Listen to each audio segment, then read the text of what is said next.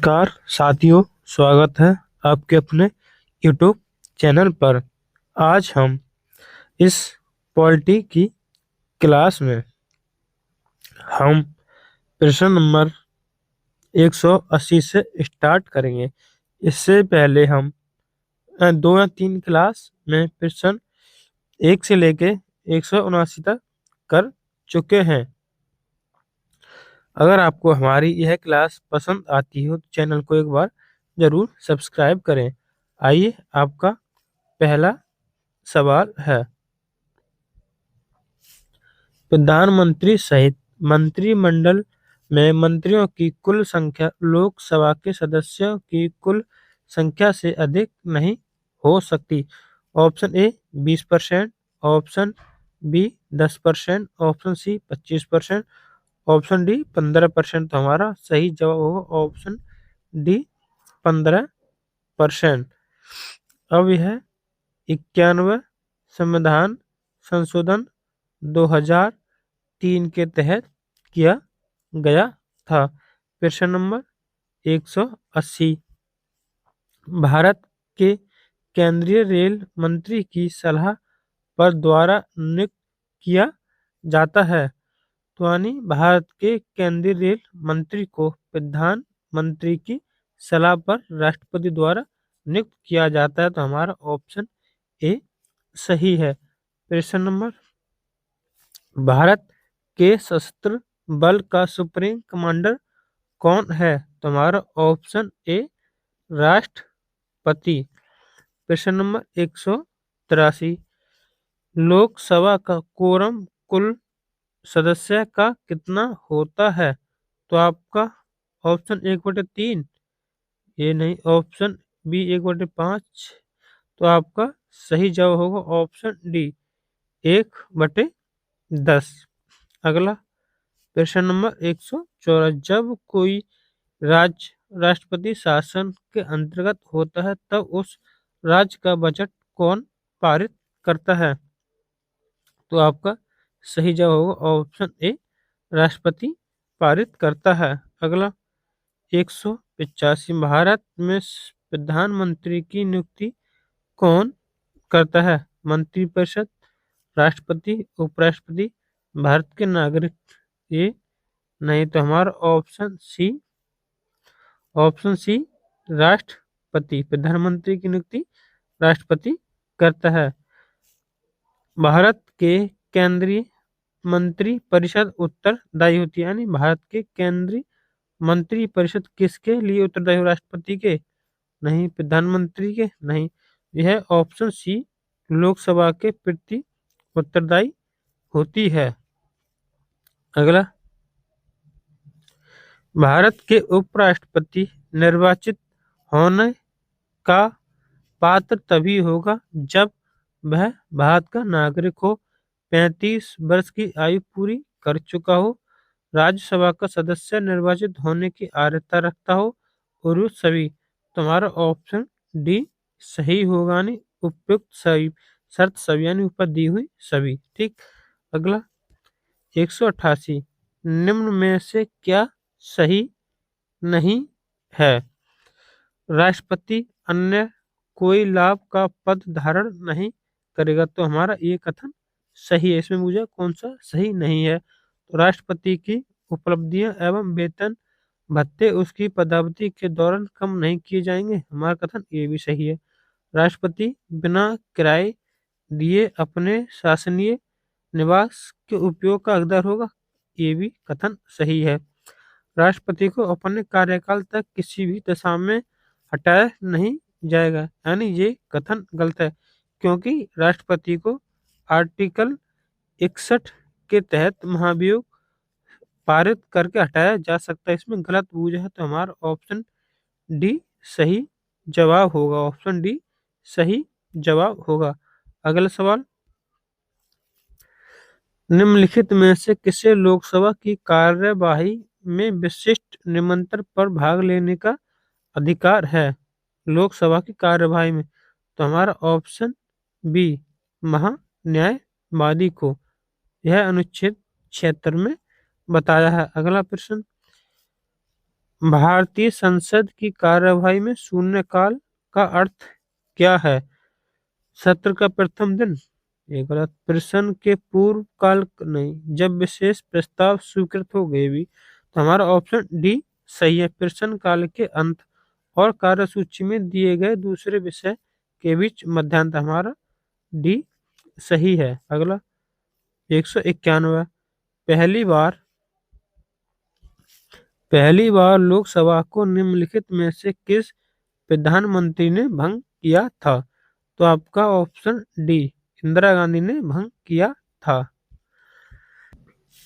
प्रश्न नंबर 192। भारतीय सेना का सर्वोच्च कमांडर कौन होता है? तो यह राष्ट्रपति। हमारा ऑप्शन डी सही है। अगला प्रश्न, भारतीय संविधान के अनुसार संसद में शामिल है लोकसभा, राज्यसभा। गलत। लोकसभा, राज्यसभा, प्रधानमंत्री। गलत। लोकसभा, राज्यसभा और राष्ट्रपति, यानी हमारा ऑप्शन सी सही है। लोकसभा, राज्यसभा और राष्ट्रपति शामिल हैं किसमें? संसद में। अगला, कैबिनेट का नेता होता है। कैबिनेट का नेता प्रधानमंत्री। हमारा ऑप्शन सी सही है। लोकसभा में सर्वाधिक प्रतिनिधि निम्नलिखित में से किस राज्य से हैं? तो हमारा option B Lok Sabha, option B Uttar Pradesh. Uttar Pradesh से कितनी है? 80 है। बिहार से 40, महाराष्ट्र से 48, मध्य प्रदेश से 29। अगला प्रश्न, भारतीय संविधान के किस अनुच्छेद में राष्ट्रपति पर दोषारोपण या महाभियोग का प्रावधान है? तो अनुच्छेद 61, यानी ऑप्शन बी सही है। अगला, किसके द्वारा भारत के राष्ट्रपति को उसके पद से पदच्युत किया हटाया जा सकता है? ऑप्शन ए प्रधानमंत्री, ऑप्शन बी लोकसभा, यानी भारत के राष्ट्रपति को। तो हमारा ऑप्शन डी संसद द्वारा, ऑप्शन डी सही है। अगला 198, निम्नलिखित भारतीय राज्यों में से किस राज्य में द्विसदनात्मक मंडली नहीं है? तो द्विसदनात्मक मंडली हमारे 6 राज्यों में है। एक तेलंगाना, आंध्र प्रदेश, महाराष्ट्र, तेलंगाना, आंध्र प्रदेश, महाराष्ट्र, बिहार, कर्नाटक और उत्तर प्रदेश। कितने? 6 राज्यों में।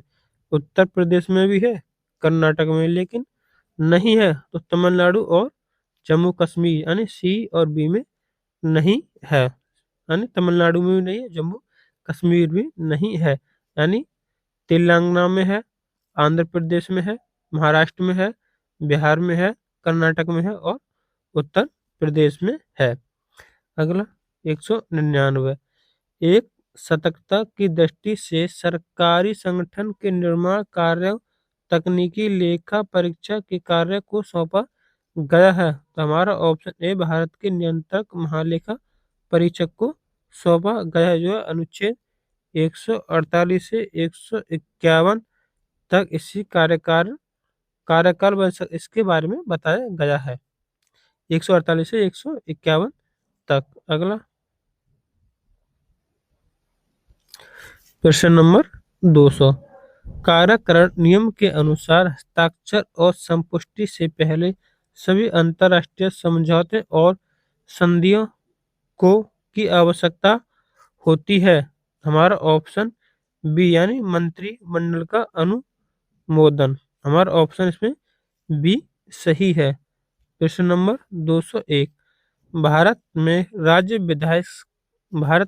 राज्य विधानसभाओं का चुनाव आयोजित करता है? तो ऑप्शन ए भारत निर्वाचन आयोग, ऑप्शन ए सही है। इससे तो पता ना क्या लिखा हुआ। अगला प्रश्न नंबर 203, उत्तर प्रदेश विधानसभा में कितने नामांकित एंग्लो इंडियन सदस्य हैं? ऑप्शन सी 1 था, लेकिन अब संविधान संशोधन 104 2013 104 संविधान संशोधन 2013 में यह निष्प्रभावी कर दिया है। यानी 104 संविधान तो हुआ, लेकिन अब एक बार 2013 चेक कर लेना, 2013 या और किसी में हुआ था 104वां संविधान। मेरे हिसाब से 104वां संविधान 2013 में हुआ था। इसके तहत इसको निष्प्रभावी कर दिया था एंग्लो सदस्य को। अगला प्रश्न नंबर 204, भारत के महान न्यायवादी की नियुक्ति कौन करता है? तो राष्ट्रपति। ऑप्शन बी भारत के राष्ट्रपति। उत्तर प्रदेश विधानसभा में कितने निर्वाचित सदस्य हैं? तुम्हारा ऑप्शन ए 403, विधानसभा में 403, विधान परिषद में 100, लोकसभा में 80 और राज्यसभा में 31। अगला प्रश्न, भारत के राज्यसभा के पदेन अध्यक्ष कौन होता है? तो हमारा राष्ट्रपति, भारत के उप राष्ट्रपति। ऑप्शन ए सही है। अगला, निम्नलिखित में से किस राज्य में द्विसदनात्मक विधान मंडल है? मैंने बताया कितने, 6 राज्य में। तुम्हारा ऑप्शन बी कर्नाटक में है, केरल में नहीं, गुजरात में नहीं, असम में नहीं। अगला प्रश्न 208, राज्य विधानमंडल के दोनों सदनों की कार्यवाही में बोलने और भाग लेने का अधिकार निम्नलिखित में से किसे है? राज्य के महाधिवक्ता, राज्य के राज्यपाल, राज्य वित्त आयोग के सदस्य, नहीं। तो हमारा ऑप्शन इसमें ए सही है, राज्य के महाधिवक्ता। हमारा ऑप्शन ए सही। निम्नलिखित में से कौन सा संविधान संशोधन अधिनियम 2 से अधिक राज्यों के लिए एक ही व्यक्ति को राज्यपाल के रूप में नियुक्त करने की सुविधा प्रदान की गई थी? 8वां संविधान संशोधन, एक गलत। 10वें संविधान संशोधन, एक गलत। तो हमारा ऑप्शन सी 7वें संविधान संशोधन के तहत 2 या 2 से अधिक राज्य के लिए एक व्यक्ति को ही राज्यपाल के रूप में नियुक्त किया जा सकता था। हमारा ऑप्शन सी सही है, 7वें संविधान संशोधन के तहत। प्रश्न नंबर 210, निम्नलिखित में से किस राज्य की विधायिका के दोनों सदनों की कार्यवाही में भाग लेने का अधिकार प्राप्त है? हमारा ऑप्शन बी भारत के महाधिवक्ता। अगला, किसी राज्य के राज्यपाल किसके पश्चात पर्यंत अपने पद पर बने रहते हैं? तो ऑप्शन डी भारत के राष्ट्रपति के पश्चात पद पर बने रहते हैं। 212, राज्य वित्त आयोग का गठन कौन करता है जो किसी राज्य में पंचायत के वित्तीय स्थिति की समीक्षा करता है? वित्त आयोग का गठन, तो ऑप्शन बी भारत के राज्यपाल। निर्वाचन आयोग नहीं करेगा, राज्य के मुख्यमंत्री नहीं। तो हमारा ऑप्शन बी राज्य के राज्यपाल, केंद्र में राष्ट्रपति। अगला, राज्य के महाधिवक्ता को पद से हटाने की शक्ति किसके पास है? तो राज्य के राज्यपाल को, और न्यायवादी को पद से हटाने की शक्ति राष्ट्रपति के पास है, और राज्य के राज्यपाल राज्य के महाधिवक्ता को हटाने की शक्ति है। अगला प्रश्न नंबर 214, जिला योजना समिति की संरचना निम्न में से किसके द्वारा निर्धारित की जाती है? उच्च न्यायालय के मुख्य न्यायाधीश? नहीं। राज्य की विधायिका। हमारा ऑप्शन बी सही है, राज्य की विधायिका। राज्यपाल नहीं, जिला समाहर्ता नहीं। हमारा ऑप्शन बी सही है। प्रश्न नंबर 215, राज्य विधायिका द्वारा पारित कुछ इस प्रकार के विधेयकों को भारत के राष्ट्रपति के विचारात्मक आरक्षित करने का अधिकार किसके पास है? तो हमारा इसमें ऑप्शन डी राज्य के राज्यपाल। अगला, भारत में किसी भी राज्य भारत के किसी भी राज्य के राज्यपाल पद पर नियुक्त होने वाली सर्वप्रथम महिला कौन थी? तुम्हारा option A Sarojini Naidu, option A Sarojini Naidu. किसी भी भारत में किसी भी राज्य के राज्यपाल पर सरोजिनी नायडू। और यहाँ मुझे मुख्यमंत्री तो बोलेंगे सुचेता कृपलानी, सुचेता कृपलानी। अगला 217 निम्न में से विधान परिषद की ताकत के विषय में सही है।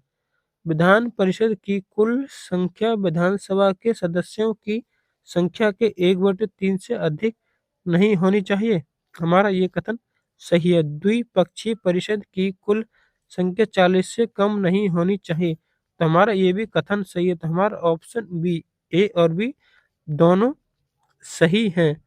अगला प्रश्न, राज्य की विधान परिषद को समाप्त करने का अधिकार किसके पास है?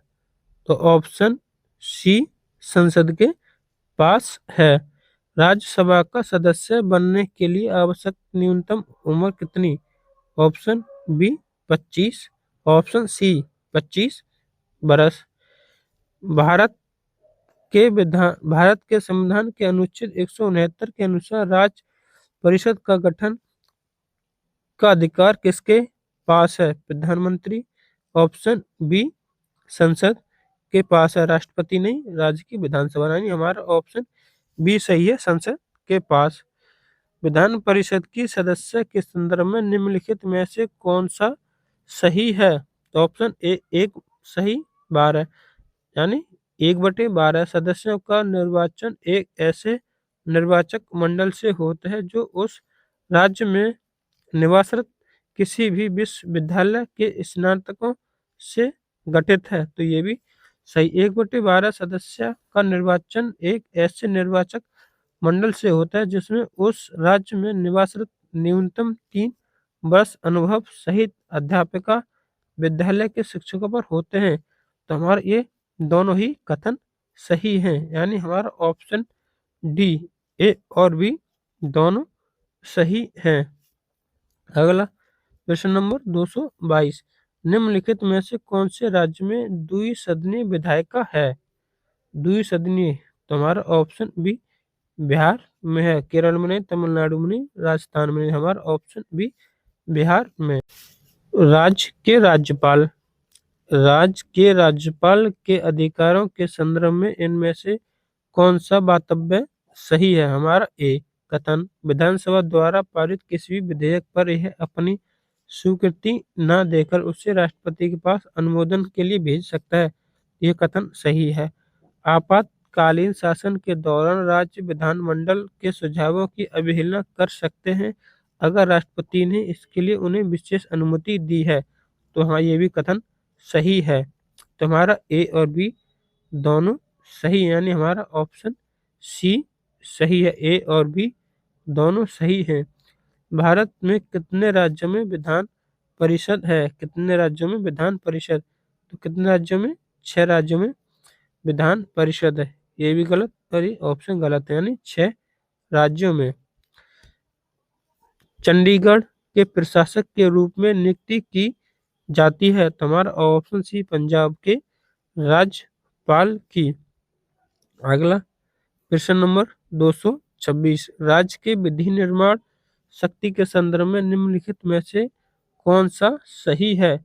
जिन राज्यों में द्विसदनीय विधायिका की व्यवस्था है वह प्रस्तावित विधेयक राज्य के ऊपरी और निचली दोनों सदनों के द्वारा पारित होने चाहिए। हमारा ये कथन सही है। जिन राज्यों में एक सदनीय विधायिका की व्यवस्था है उनके लिए प्रस्तावित विधेयक राज्य के निचले सदन द्वारा एवं तत्पश्चात राज्यसभा द्वारा पारित होने चाहिए। तो हमारा ये कथन गलत है। तो हमारा इसमें कौन सा सही होगा?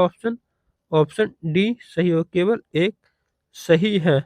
अगला वर्ष 1956 में मुख्यतः किन मानदंडों के आधार पर राज्य का पुनर्गठन किया गया था? तो हमारा ऑप्शन सी भाषागत और सांस्कृतिक एक रूपता पर गठन किया गया था।